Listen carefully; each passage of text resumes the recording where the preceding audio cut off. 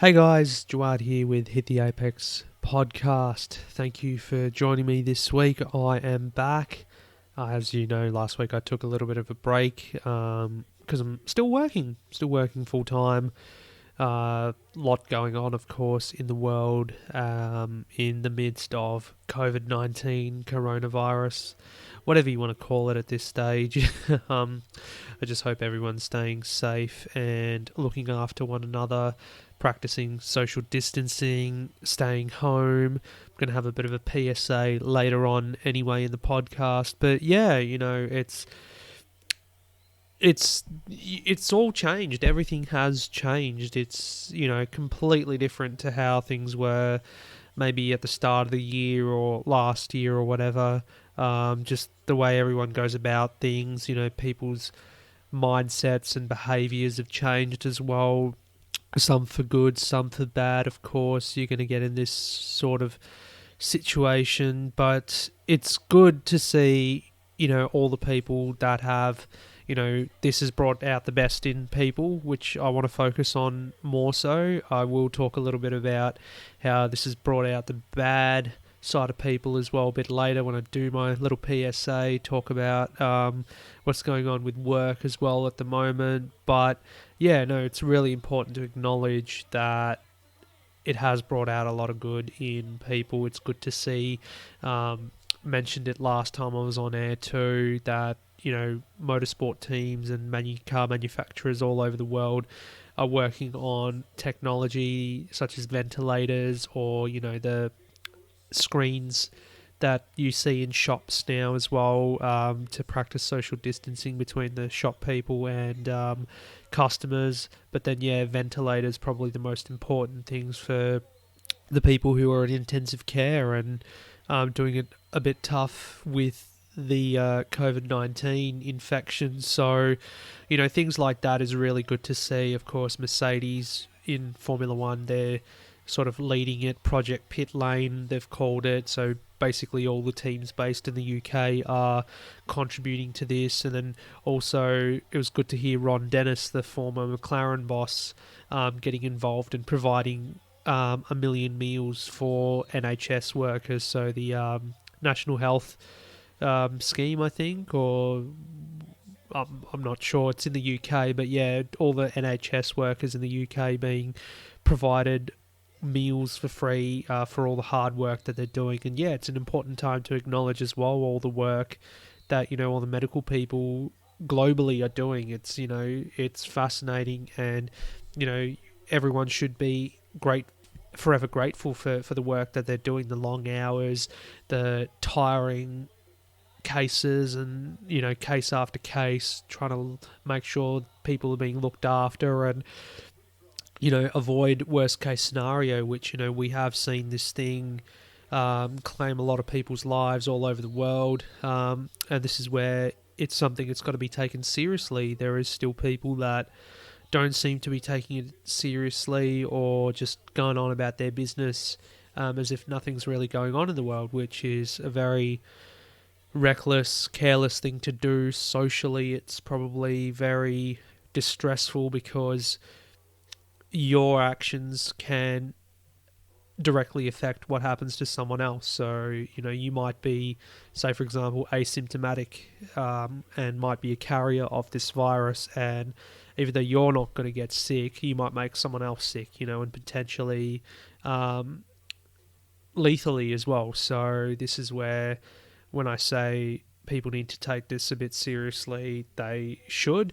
But at the same time, we've seen the best in people too, and that's what I want to focus on a bit later when I do talk about staying at home and all that sort of thing. So let's do some F1 stuff first, hey? Because everyone's trying their best to stay entertained, and and that's probably drivers, teams, and everything. Well, teams, I guess they're busy doing their life-saving projects with ventilators and all that, Project Pit Lane, and then drivers, of course, trying to keep himself busy doing, their fitness stuff, training, and then of course esports, which we talked about last time too, is kind of taking off in wake of all this. So just some quick news, a bit of housekeeping to get out of the way first. So Canada joins the list of races postponed, of course. So, there was pretty ambitious to have the season start at the Canadian Grand Prix,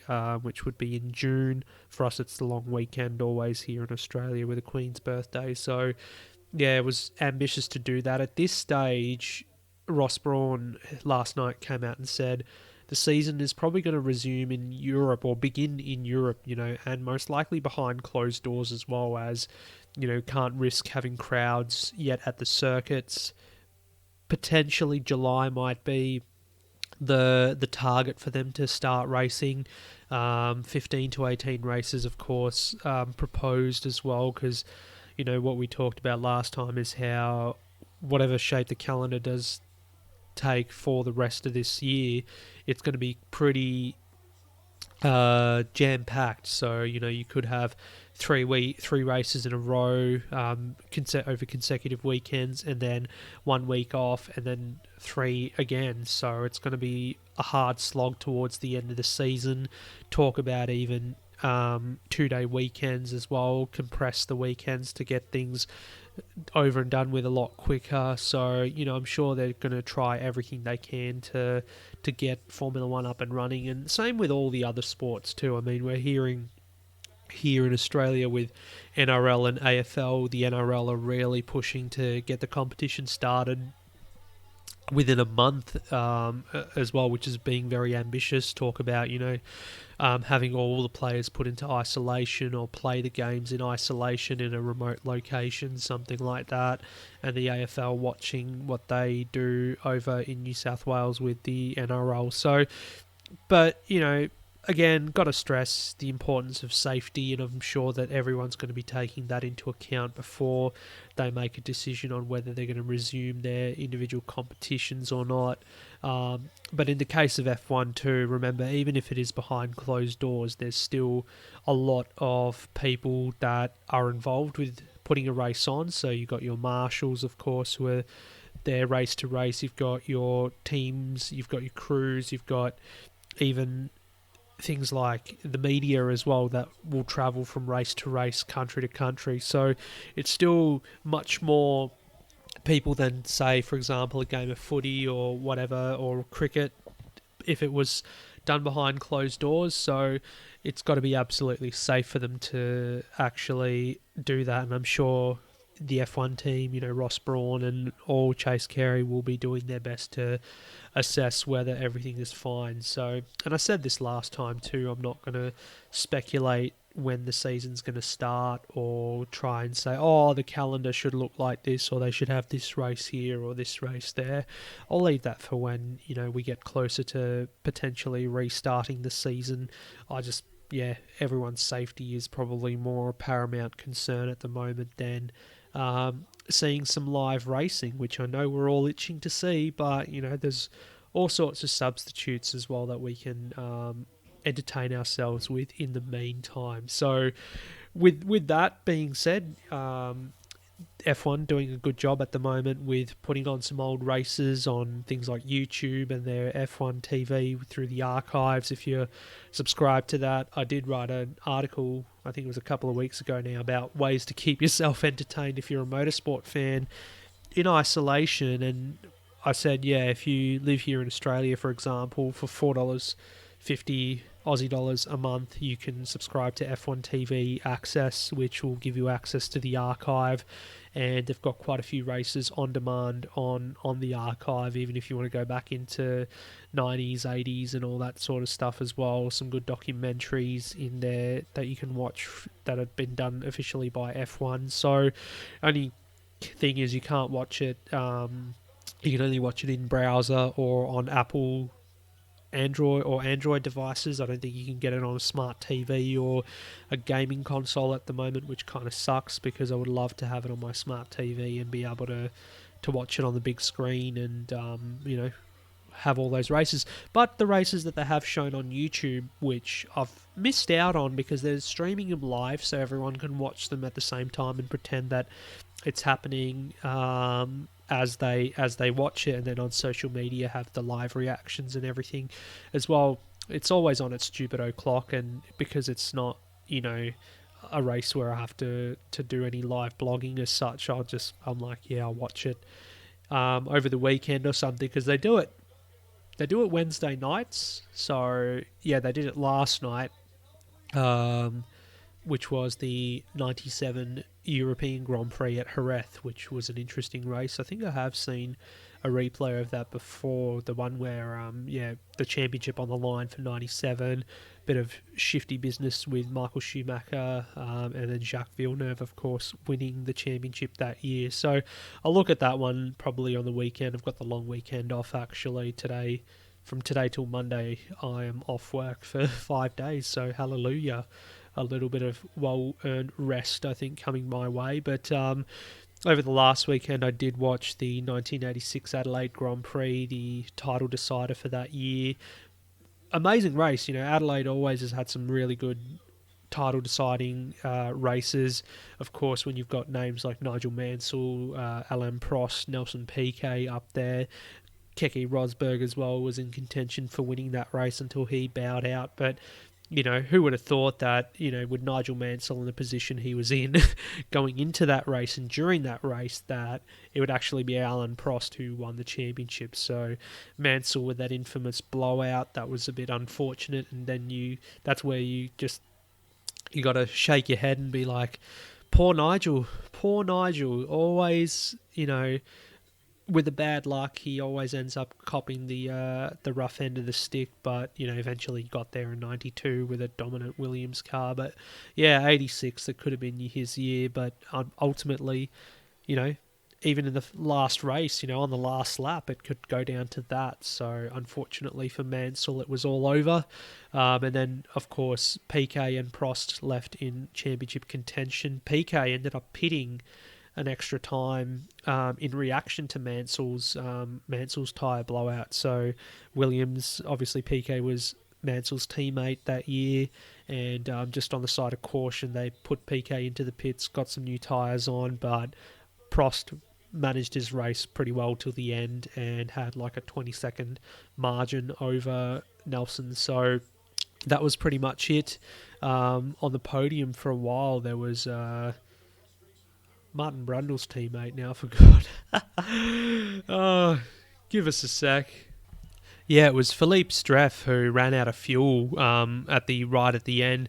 He's only ever had one podium in his career. I was like, oh no, it's a French guy, but I don't want to get the name wrong.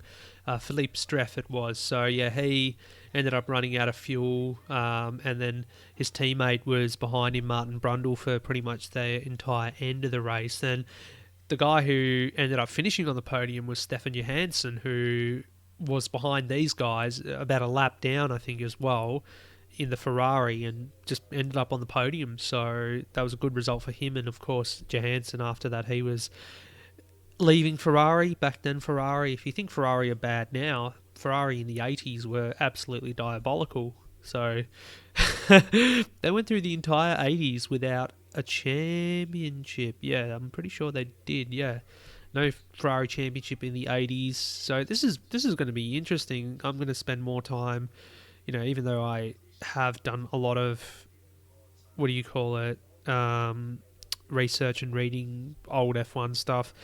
I haven't done anything much else recently as far as writing about it is concerned. So I think, yeah, I'm going to spend some more time being able to do that in the near future. But yeah, no championship for Ferrari in that decade. Johansson, he left for McLaren in 87 to partner up with Alain Prost, while Prost, he didn't win another championship. He went back to back in 85 and 86. So he actually became the first driver since Sir Jack Brabham, actually, who to win back to back championships, and that was back in 59 and 60. So all the way fast forward to 85 and 86, so good result there for Prost, and ended up with 4 championships at the end of his career too. So great race to watch, and I just like Adelaide. I'm a big fan. I went there for the first time last year. If you heard the podcast last year, I did record an episode or two while I was on holiday, and Adelaide, beautiful city, and the track as well, pretty cool. Haven't been to the track yet. I do really want to go see the supercars there eventually, maybe next year, who knows, but yeah, it's a great little city. Still, I think the Grand Prix in Melbourne is better, but Adelaide's just got that retro kind of feel about it as well, and it's just a nice city to go visit. So there you go, not a public service announcement, but more like an advertisement. I guess no one can travel at the moment, but when travel does resume, visit Adelaide. It's great. A couple of other races that they've got. I already said the 97 Euro Grand Prix. They've got the 96 Monaco Grand Prix as well, the one that was the only victory in the career of Olivier Panis. So that's a good race to watch, of course. And then, they had a few recent ones. 2016, the Brazilian Grand Prix, that infamous wet race where Max Verstappen announced himself, even though he had already won a race by then, announced himself as being like an incredible driver in the wet. And then, of course, 2014 Bahrain, the duel in the desert between Rosberg and Hamilton. I saw that one a few weeks ago, actually. Good reminder of that. Probably not the most memorable race that I remember. At the time, it seemed really epic and basically it was epic just for the battle between those two, but the whole race itself, it kind of petered out a little bit and went into management mode, obviously, because, heading into it was the third race of the hybrid turbo era, and everyone's getting used to these power units. Fuel management was a big thing, and also tyre management too, which still to this day in F1 we see a lot of that dictating how the race pans out. So they're great options to get onto. If you got YouTube, I'm sure everyone's got access to YouTube these days. You can watch them on that. Alternatively, on your browser, you want to pull out your laptop or your iPad or something like that, you can watch get the F1 TV app, and you can watch the archive stuff on there. Otherwise, what else? We've had the Supercars E-Series start. That started last night, and I was really surprised at how seriously it's being taken. Like, I know the drivers are having fun and everything, but it's a proper championship. There's points. There's going to be a trophy at the end of it. There's sponsors. All the real world sponsors are involved with it too. So you see the drivers when they have their cameras on of them in their setup at home. They're wearing their race suits or their race gear, or to us it's merchandise, but their uniforms, I guess, with all the sponsors showing. They've even got the sponsor boards behind them and stuff like that. So I guess for them, it's probably a good way to keep themselves exposed while, you won't see any physical racing. But it was great. It was good fun. There was carnage at Monza, as I thought there would be. It was like, I can picture these guys going into the first chicane and there being absolute carnage. And there was. And then down, the Curva Grande as well. Grande, that sounds like such a bogan thing to say. Bogans, of course, is, if you don't know, like describing a stereotypical Aussie type person. It's a very derogatory term, but we say it in jest, I guess. Oh, he's a bogan. Oh, you're a bogan. And the Curva Grande. Curva Grande, that's a bit better. Yeah, so even then going into Curva Grande, it was like watching a replay of Tasmania in 2017, which they were actually playing last week because it would have been the Tasmania Super Sprint, and watching that race unfold where everyone, pretty much like 3/4 of the grid was wiped out in that incident in the wet. So we saw all the damage caused, and I guess because this is all virtual, everyone can have a good laugh about it. The only one who wasn't laughing at the end of the first round was Anton De Pasquale, who was given a controversial penalty. He did kind of do a bit of a bump and run on Jack LeBrock in the second race at Phillip Island, but they've actually got the real world driving standards observer Craig Baird being the adjudicator for this series, and he's in his own bunker up in Queensland, I think they said, and he's able to dish out penalties and everything as well, judging the situation and seeing what happens. So yeah, Di Pasquale was penalised for that, so he didn't seem too happy about that when they interviewed him. So, this is where I said they're taking it pretty seriously. It's not like Lando Norris, just having a good giggle or whatever, which, by the way, is hilarious. Get behind Lando if you can. But, yeah, Scott McLaughlin, he won 2 of the 3 races, so they had 2 races at Phillip Island, 1 at Monza, and Scott McLaughlin, he's winning everything in real life. He's winning everything virtually. He won the IndyCar E-Series event that they had earlier in the week as well there at, I think it was Barber Motorsports Park. So even in IndyCar, he's doing really well. So good on Scotty, but we had some good results too. Chaz Mostert up there. Bryce Ford, I think, ended up on the podium as well, his teammate at Walkinshaw. So I think with a little bit of seriousness in there as well, I think this Supercars E-Series should be really exciting. And of course, you can watch that on your... if you've got Foxtel or KO Sports, it's on YouTube, Facebook. They're pretty much all over the internet, these guys. And they're using iRacing as their platform too. So they've got the Ford Mustang and the Holden ZB Commodore. And all the sponsors, as I said, are on board, and all the drivers as well. So that's really cool. Lando Norris, as I said before, well, he's decided to finally become Baldo Norris. Shaved his head for... a Twitch stream where they were raising some money as well for charity, which was really good. I did watch the F1 Virtual Grand Prix, the one that was supposed to substitute for the Vietnam Grand Prix, but they did it in Australia because the F1 2019 game doesn't have the Vietnam circuit on there just yet, so...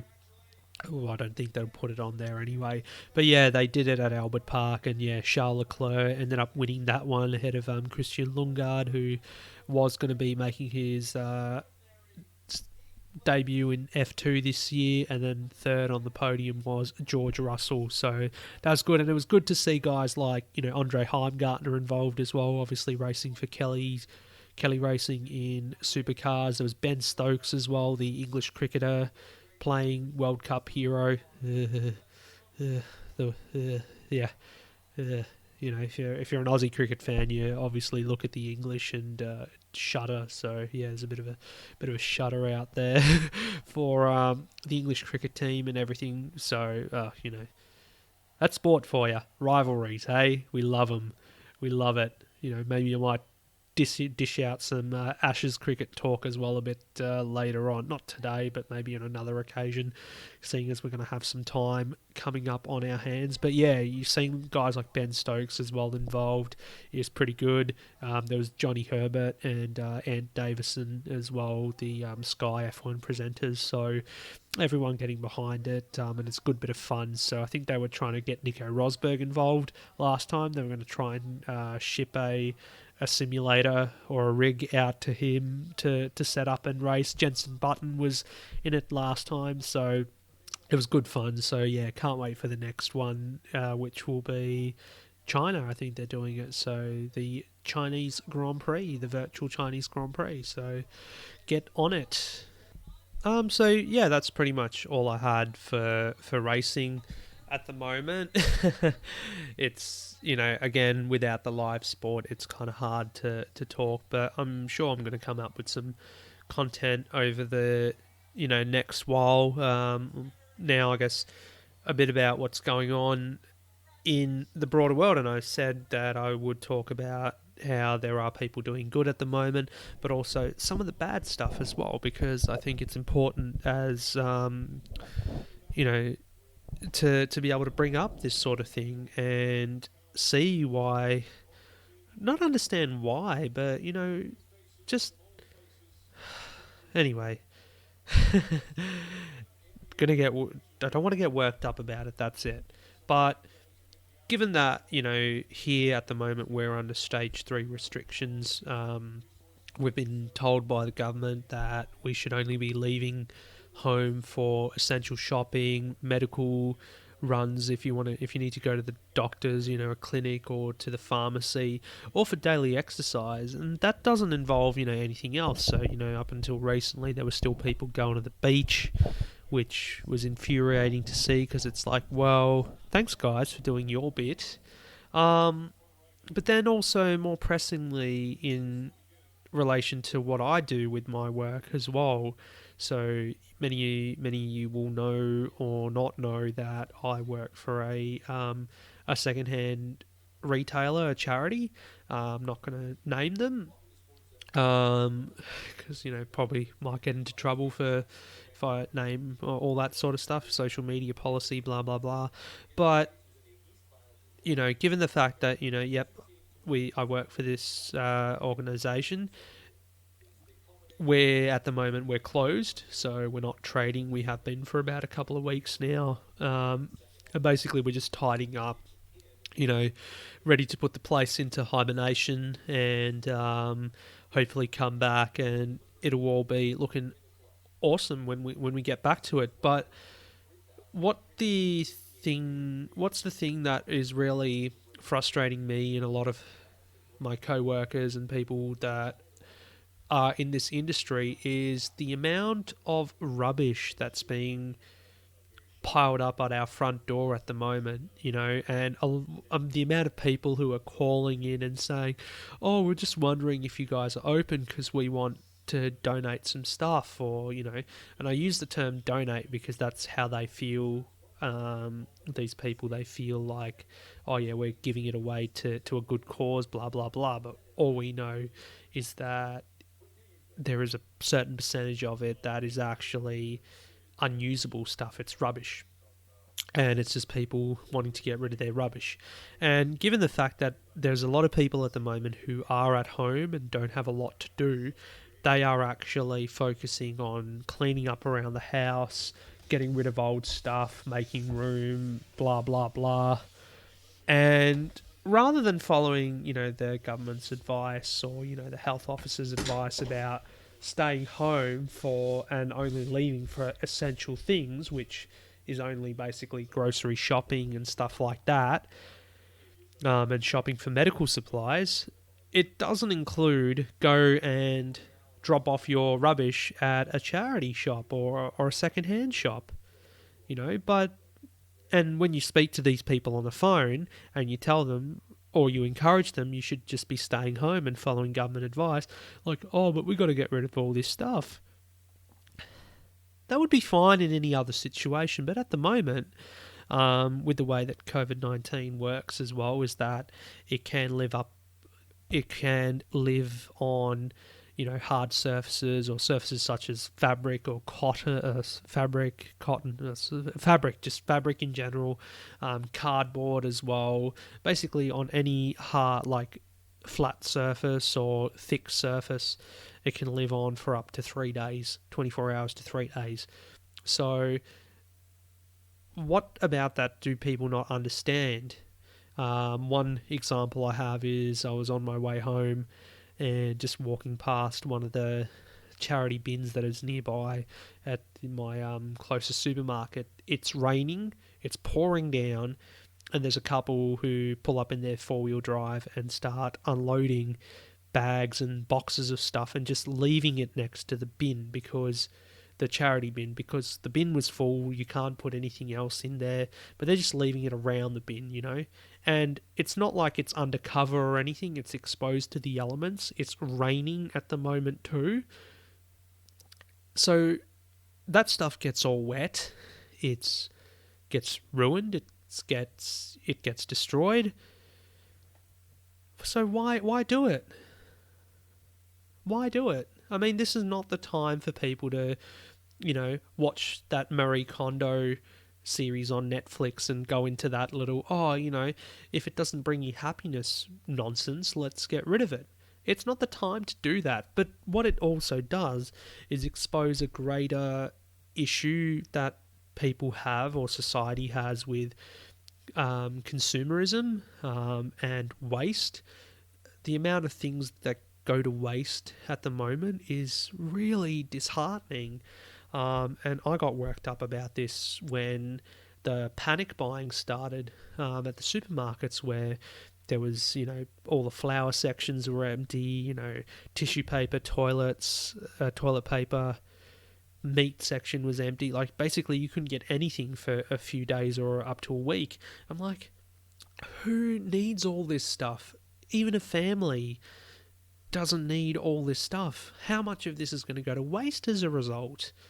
But people don't think that way, I mean, through what I do and everything, and having done it for quite a few years now, and also being a strong advocate for the carbon neutral direction that F1 is going into as well, and the automotive industry, and looking at sustainable fuels and sustainable ways to race and to produce cars, I'd be all for, right, I've got a whole bunch of time on my hands now because I'm working from home or I'm not going to physical work or anything.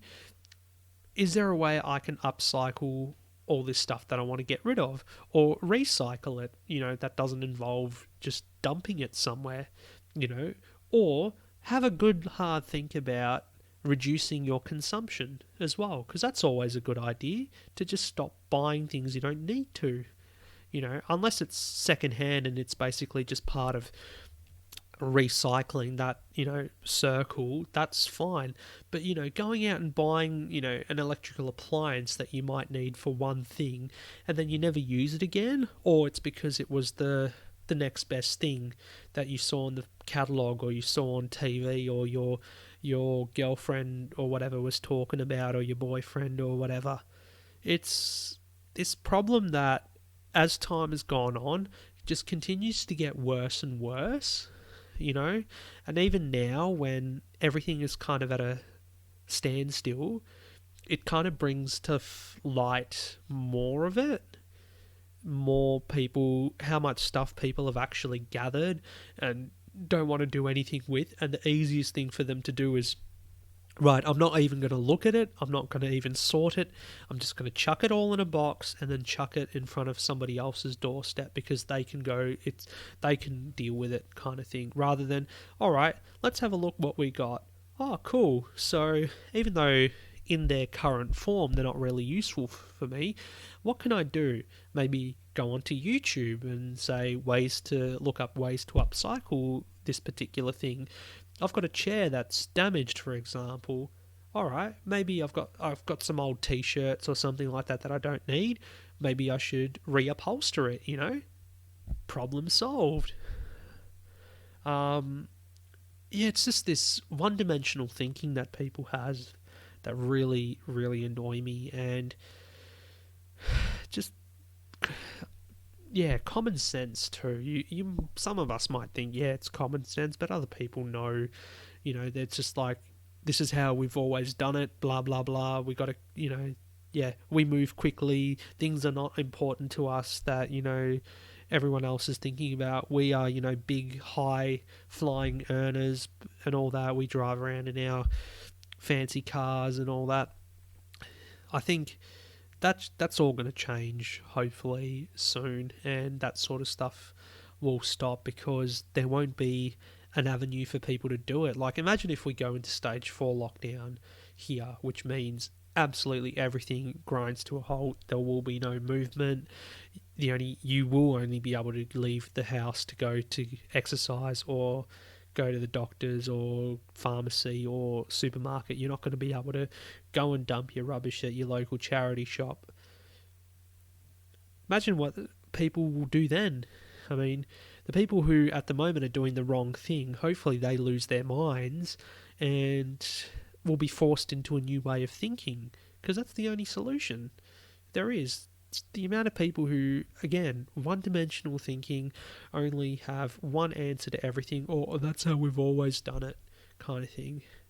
No, you've got our, I guess, prerogative as humans is to just continuously evolve and find new ways of doing things. I mean, again, 5 years ago, I would not have thought about where we are today. I wouldn't have thought about, even from like a racing perspective and automotive climate perspective, that we've really got to start making a push towards having a sustainable future kind of thing. But anyway, I guess life is much simpler for some people, and they'd rather just continue doing what they're doing the way they're doing and watch all this waste in front of them. Oh, well, because we've got the income, we'll do it. It's not about, whether you're a high income earner, low income earner.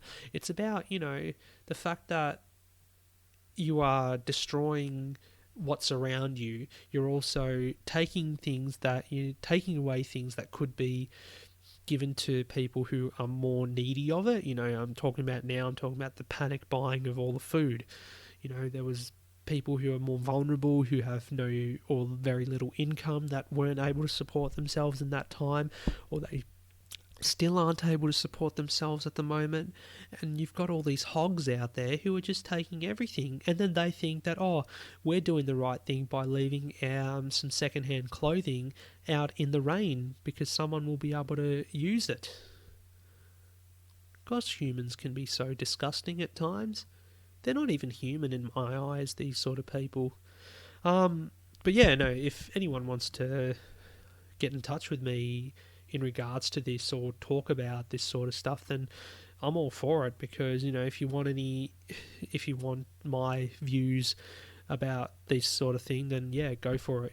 On Twitter at Hit the Apex Media, that would be a good place to get in touch and do this while we all have some time on our hands.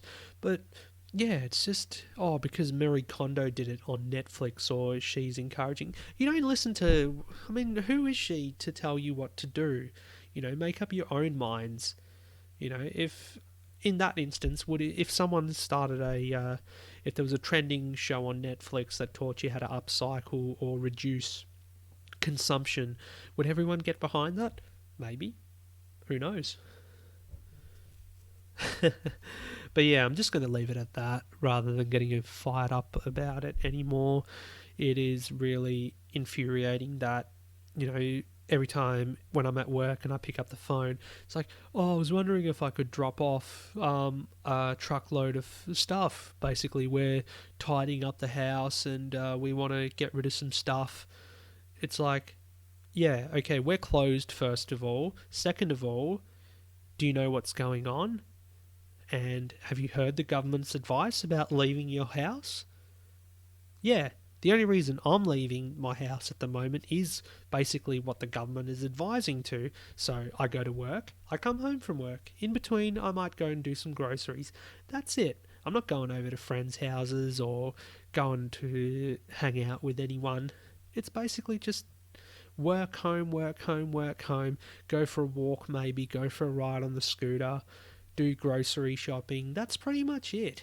And then all these other people out there, oh yeah, we're just clearing out our place.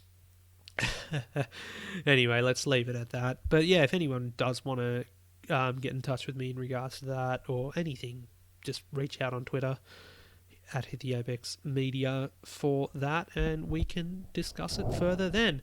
But yeah, as I mentioned before, it's very likely that the shop is going to go into hibernation for some time, so we ceased trading. It feels like a lifetime ago now. It's just been such a arduous couple of weeks and very mentally and physically exhausting. That's why I'm glad that I've got the next few days off where I can just kind of rest and relax a little bit. I've got to go in next Tuesday, Wednesday at this stage. We've been told to come in and continue doing what we're doing, which is basically a lot of housekeeping, a lot of cleaning up around the place, redoing some stuff.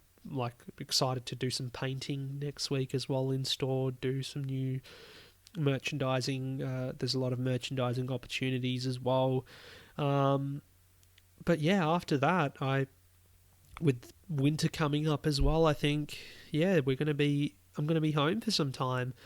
Job is secure and everything, in case you're wondering. We've been told our jobs are secure, and it's great that the government have passed this JobKeeper initiative as well to make sure that, staff are still paid for while they are not working and stuff. So really, big hats off for that being passed, and also the company getting on board with the initiative too. So with staying at home, I guess, given that the title of the episode is Stay Home, it's more PSA for everyone listening who isn't doing the right thing at the moment and should be.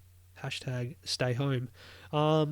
So when I'm home, I plan on staying active, of course, because that's the big thing. You can get caught up in the trap of not doing any physical activity, and just basically sit there, because that's one thing that can get you sick pretty quickly, is if you don't do any physical activity. Your immune system and everything just shuts down, and you're just there on your couch all the time or on your bed. Yeah, it's not a good idea. So stay active. That's what I'm going to do. And it's been quite difficult. Like, I've been trying to source some exercise equipment, like an exercise bike or something, or some weights. But everywhere you go, they've got none at the moment. So, everyone's caught on that. But I got my little scooter, go for a little ride every day, or walk down along the beach or something like that. Given that it's only me, it's not a party of people going to go to the beach. Tidying up at home as well, so got myself a steam mop, which I'm excited to use and do the floorboards. And then, of course, all the content, binge watching. Recently bought myself the original 6 Star Wars movies on, they've been restored in 4K, so I'm really excited to watch those. I think it's easily been 5 years or more than 5 years now, since I actually watched the prequels and the original trilogy. It would have been before the sequel trilogy came out, so before The Force Awakens I would have watched all the original Star Wars, so I'm excited to see all those ones again. Joker, that was a great movie. I got it on Blu-ray when it came out, so going to rewatch that, and a whole bunch of TV shows too on Netflix, Amazon, so things like Ozark, Peaky Blinders, which I'm in the middle of, and Hunters, which I'm watching at the moment on Amazon. Very intense show, so I'm just kind of taking it one episode at a time. All the racing games in the world as well, the F1 2019 game. Where am I up to? I think I did the French Grand Prix most recently, where Lewis Hamilton tried to kill me. It was a very good race, and some good wheel-to-wheel racing between myself and Lewis Hamilton, because my character is racing for Mercedes and has been for the last couple of years. Forza Motorsport 7, gone back to that recently for some time trials. I love doing hot laps because it's the best way of relieving stress for me, getting my focus and just trying to put in one good lap after that. Put in one good lap after another, but also some of the endurance races in career mode that I haven't done before, because basically I've been limited with time. Some of these races go beyond 2-3 hours, so perhaps now, or perhaps when I do have the time soon, I'll be able to do that, and for sure I'll talk about it too on the podcast. Project Cars 2 as well was available with Xbox Games for Gold. It still is this month for April, so get on that if you are an Xbox Live Gold member. I made sure I got that because I'm really excited to check out some of the racing cars and that. And I've still got Doom Eternal as well to play. So as for more pressingly, I guess, podcast-wise and writing-wise on the Raw too, plans are to start a revisitation series as far as my writing is concerned. So I'm going to rewatch some old content that predates when I started writing for the Raw, which was back in late 2013. So it was the end of the 2013 championship and then heading into 2014 that I did start my F1 writing, and then Supercars kind of came after that. So I might, focus on the years just preceding that for my content at the moment. So things like 2010 World Championship for F1, given that it's a decade since then, might rewatch that and then do some work in regards to that. Thought about some old Bathurst 1000s as well, because Bathurst is great.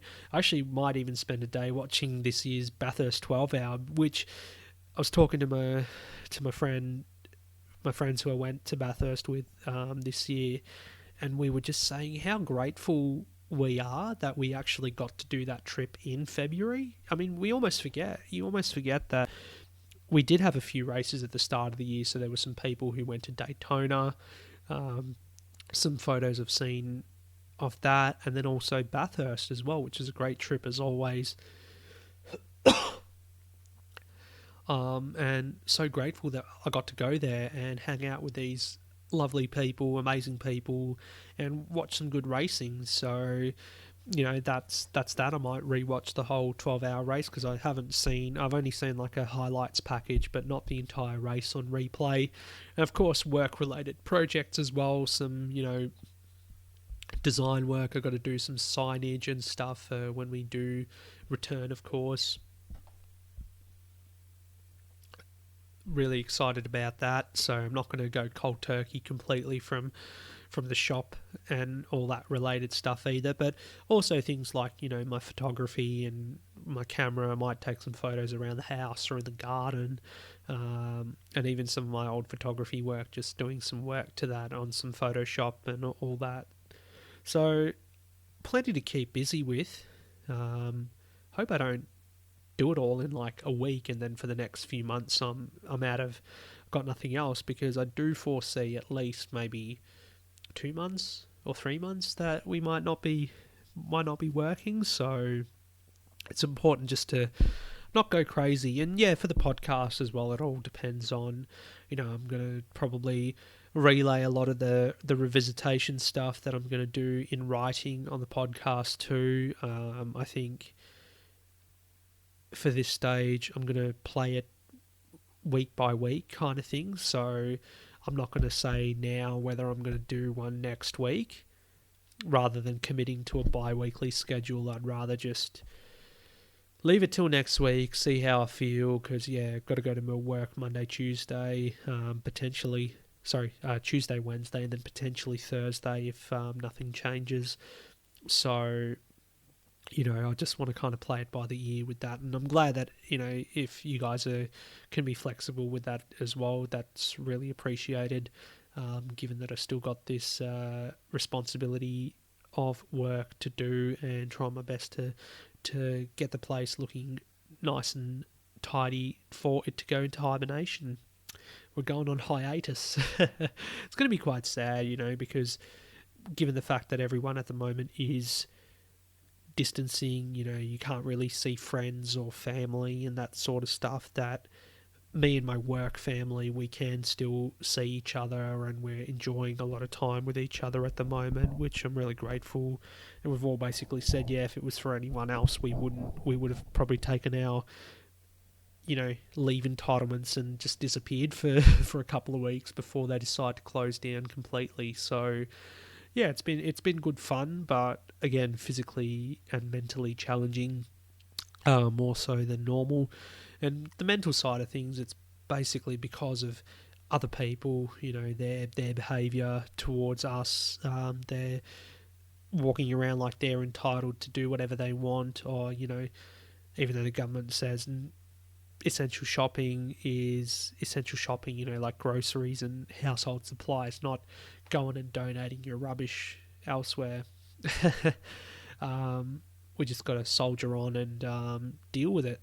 But hopefully you guys have been able to take away something useful from this, or me giving you guys a bit of an insight, or maybe you guys have had views like this but haven't really talked about it, which is why I'm happy to talk about it. If you want to get in touch, give you some insight, of course, into it, because at the end of the day, it's all for the name of sustainability and reducing waste. That's why I do what I do.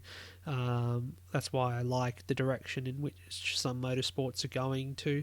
And also upcycling too is a great little thing that, you don't have to be the most creative person in the world. You've just got to have an idea. You can always go onto YouTube or do a bit of internet browsing to figure out what you can do, and you'll be surprised. I don't fancy myself to be as creative as some people I know, but I've still come up with some pretty exciting little upcycle projects and stuff like that I'm really proud of, and I'm sure you guys can do the same thing.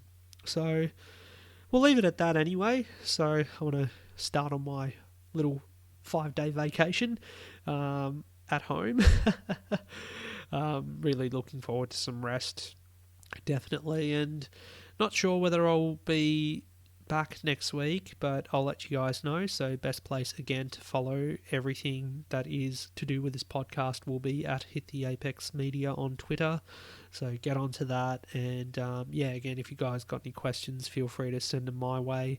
Remember to share this with your buddies if you want a friendly voice in your ear while you're in isolation. So, other than that, take care, stay safe. Remember to practice social distancing, or physical distancing, I should say, because you want to stay social with all your friends and loved ones through, your phones and all that, or computer, and of course, practice good hygiene. So, other than that, take care, guys, and hopefully, we'll see you soon.